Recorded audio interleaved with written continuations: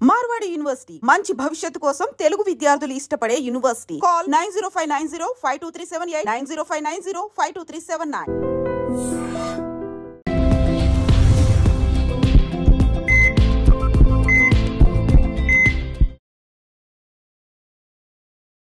నమస్తే, welcome back to IT media. మన ఆయుర్వేదం ప్రోగ్రామ్కి అందరికీ స్వాగతం. సో ఈరోజు టాపిక్ వచ్చేసి అన్వాంటెడ్ హెయిర్, అవాంఛిత రోమాలు. మనకి యాక్చువల్గా హెయిర్ అంటే జుట్టు మంచిగా పెరిగితే మంచి ఫీల్ వస్తుంది, జుట్టు ఒత్తుగా ఉన్నప్పుడు అందంగా కూడా కనిపిస్తూ ఉంటాం. బట్ అదే హెయిర్ మన ఫేస్ మీద కానివ్వండి, హ్యాండ్స్ మీద ఎక్కువగా ఉన్నా కానీ, మరి ముఖ్యంగా ఈ ముఖం మీద అమ్మాయిలకి, అబ్బాయిలకి ఉన్నట్టుగా కొంచెం గడ్డంలాగా కనిపించడం గానివ్వండి, చిన్ మీద ఎక్కువగా కనిపించడం గానివ్వండి, లిప్స్ మీద మీసాల్లాగా కనిపిస్తూ ఉంటుంది. ఎందుకు ఇలాంటివి జరుగుతాయి? వచ్చినప్పుడు మనం ఏం చేయాలి? చిన్న పిల్లల్లో కూడా చూస్తుంటాం. 13, 14 ఇయర్స్‌లో కూడా చిన్న చిన్నగా ఇక్కడ బేబీ హెయిర్స్ కనిపిస్తూ ఉంటాయి లిప్స్ మీద. మరి దీనికి ఏం చేయాలి? ఆయుర్వేదంలో ఎలాంటి చిట్కాలున్నాయి తెలుసుకుందాం. ఈరోజు మనతో ఉన్నారు వంటింటి చిట్కాలకు కేర్ ఆఫ్ అడ్రస్ అయిన మధుసూదన్ శర్మ గారు. మాట్లాడేద్దాం. నమస్తే సార్. నమస్తే. సో అన్వాంటెడ్ హెయిర్ అనేది చిన్న పిల్లల్లో కూడా ఇప్పుడు ఎక్కువగా ఉంటుంది. ఎందుకు వస్తుంది? మనం ఏదైనా న్యాచురల్ వేస్‌లో దాన్ని తీసేసుకోవడం లేదా రాకుండా చేయడం అవుతుందా? పాసిబిలిటీ ఉందా? చెప్తానమ్మా. యాక్చువల్‌గా మీరన్నట్లు అన్‌వాంటెడ్ హెయిర్ సమస్య ఈ మధ్య కాలంలో విపరీతంగా పెరిగిపోతుందమ్మా.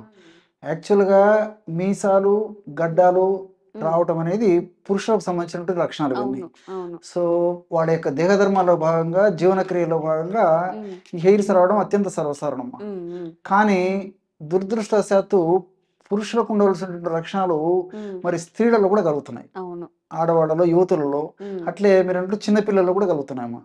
సో దీనికి సవాలక్ష కారణాలు: హార్మోన్ల అస్తవ్యస్తత, మానసిక ఒత్తిడి, అదేవిధంగా ఈ వాతావరణ కాలుష్యము, అట్లే తర్వాత కొన్ని రకాలైనటువంటి శరీరంలో జరిగేటువంటి కొన్ని రకాలైనటువంటి మార్పులు, ఇలాంటి అనేక రకాలైనటువంటి కారణాల వల్ల కొంతమందికి వెయిట్ వల్ల కూడా ఈ యొక్క అన్వాంటెడ్ హెయిర్స్ వచ్చేటువంటి అవకాశం ఉంటుందమ్మా.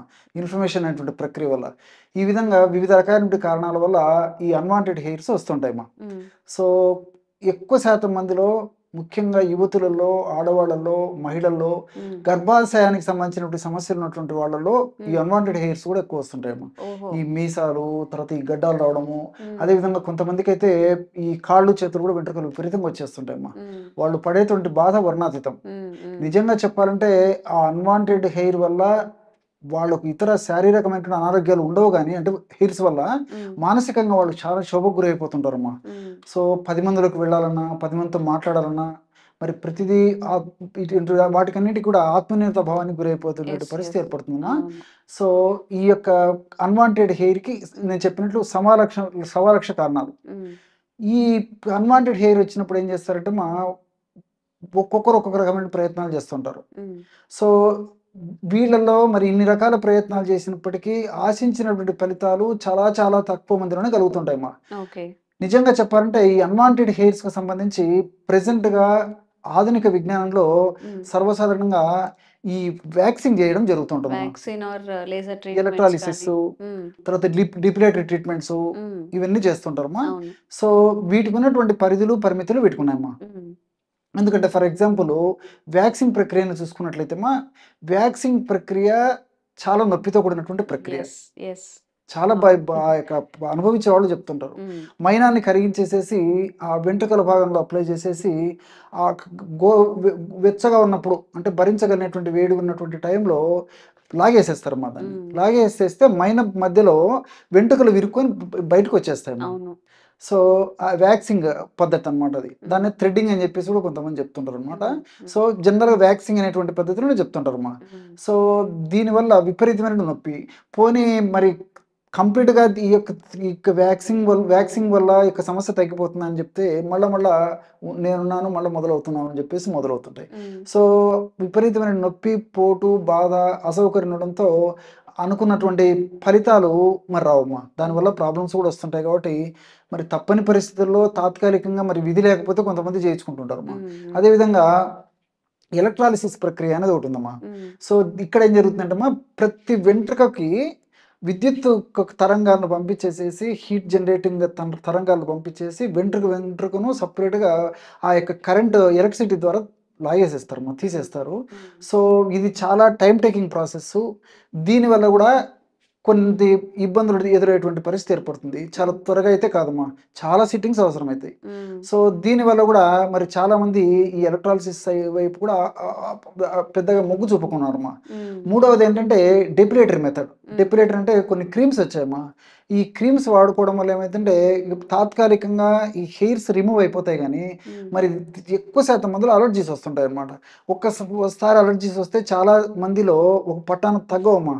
ఈవెన్ ఈ డెపిలేటరీ క్రీమ్స్ మానేసినప్పటికీ అలర్జీ తత్వం అనేది బాడీలోకి ఎంటర్ అయిపోయేసి చాలా ఇబ్బంది పడేటువంటి పరిస్థితి ఏర్పడుతుంది. ఈ విధంగా ఈ 3 రకాల అంటే ఈ యొక్క నేను చెప్పాను కదా, వ్యాక్సింగ్ కానీ, ఎలక్ట్రాలసిస్ ఇది కానీ, తర్వాత డెపిలేటరీ కానీ, ఈ 3 పద్ధతుల్లో మరి పరిమితులు ఉండడం చేత ఉంటే ఆశించిన స్థాయిలో అందరికీ అందుబాటులో లేకుండా పోయేటువంటి పరిస్థితి ఏర్పడింది. అందులో వీటిలో కొన్ని ఖరీదుతో కూడినటువంటివి కూడా సామాన్యులకు అందుబాటులో కూడా లేవు. మరి ఈ నేపథ్యంలో మనము ఈ యొక్క ప్రకృతి సిద్ధమైనటువంటి విధానాల్లో ఎలాంటి ట్రీట్మెంట్స్ ఉన్నాయని మనం ఆలోచించినట్లయితే చాలా చాలా ట్రీట్మెంట్స్ మనకు ఈ ప్రకృతి వైద్య విధానంలో కనిపిస్తాయి. ఆయుర్వేద చాలా చాలా ఉన్నాయి.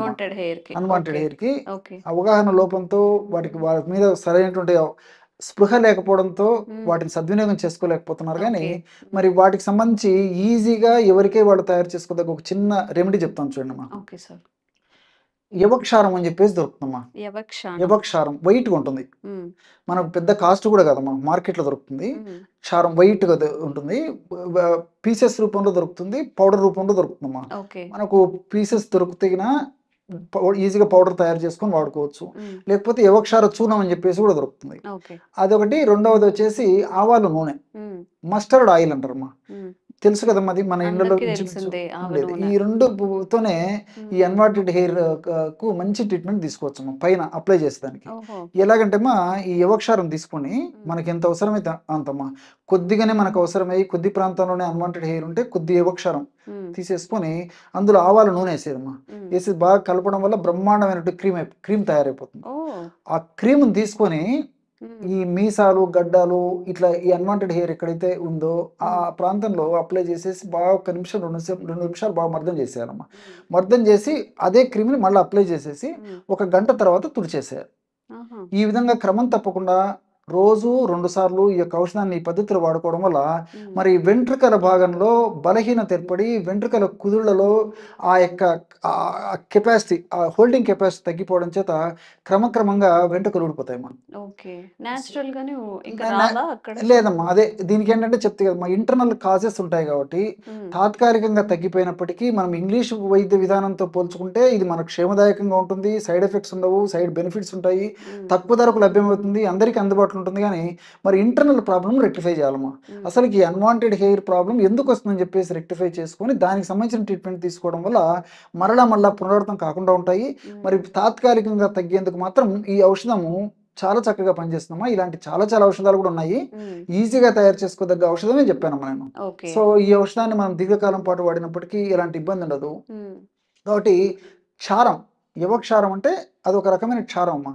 క్షరణాత్ క్షారః అంటే ఈ యొక్క క్షారం ఏం చేస్తుందంటే కొరుకుడు స్వభావం ఉంటుంది. అంటే ఈ అవాంఛితమైనటువంటి ప్రదేశంలో ఆ వెంట్రుక వెంట్రుక భాగానికి రక్త సరఫరాను ఆపేసేసి వెంట్రుక కుదుళ్లను బలహీనపరచడం వల్ల మరి వెంట్రుకలు ఈజీగా ఊడిపోయేటువంటి పరిస్థితి ఏర్పడుతుంది. కాబట్టి మరి ఈ విధంగా వాడుకోవడం వల్ల చాలా బెనిఫిట్స్ ఉంటాయి. రెండోది ఏంటంటే మీద త్వరగా వెంటనే పెరగకుండా కూడా ఈ యొక్క ఔషధం సహకరిస్తుందమ్మా. సో ఇది ఓన్లీ ఫేషియల్ కి అప్లై చేసుకునేది, లేకపోతే హ్యాండ్స్ కానీ లెగ్స్ కి కూడా అప్లై చేసుకోవచ్చు? ఎక్కడైనా అప్లై చేసుకోవచ్చు.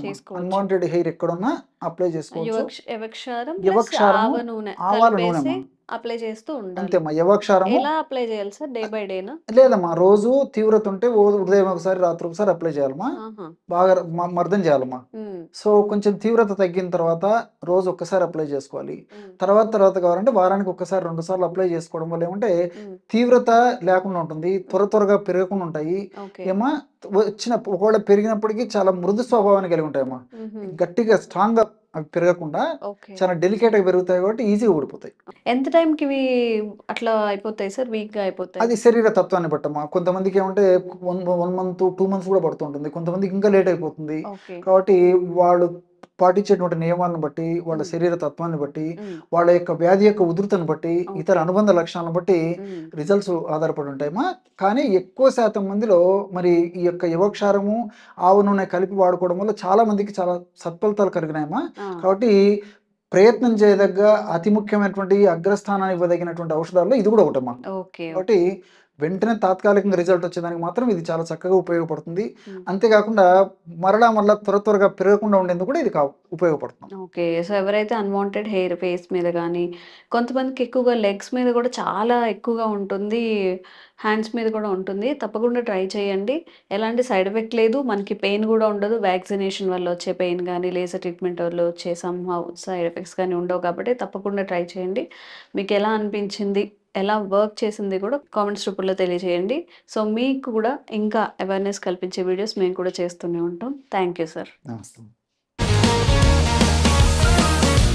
Sir, one life lesson what medicine has taught you. Whatever you can do without expecting. But I really believe మన పాజిటివ్ యాటిట్యూడ్ ఉంటేనే మనం ఏదైనా సాధించగలం. గట్ ని మనం కరెక్ట్ గా డీల్ చేసినట్లయితే అది మనకి పాజిటివ్ హార్మోన్స్ ని రిలీజ్ చేస్తుంది. షుగర్ వచ్చిన వాళ్ళ పరిస్థితి ఏంటి? పొట్ట దగ్గర పెరిగితే దాన్ని ఆండ్రాయిడ్ అంటారు, ఆండ్రాయిడ్ ఫోన్ కదా. అసలు థాట్స్ ఎందుకు వస్తాయి? బ్రెయిన్ డెడ్ అంటే దానికి ప్రపంచం అంతా కూడా కొన్ని నిర్దిష్టమైనటువంటి లక్షణాలు ఉంటాయి. మానసికంగా ధైర్యంగా ఉంటే క్యాన్సర్ జయించవచ్చు. You are a doctor for a cause sir, అంతే. వాళ్ళకి వచ్చిన ఆదాయం కాకుండా ఫ్రీ సర్వీస్ ఎంతమందికో చేస్తుంది.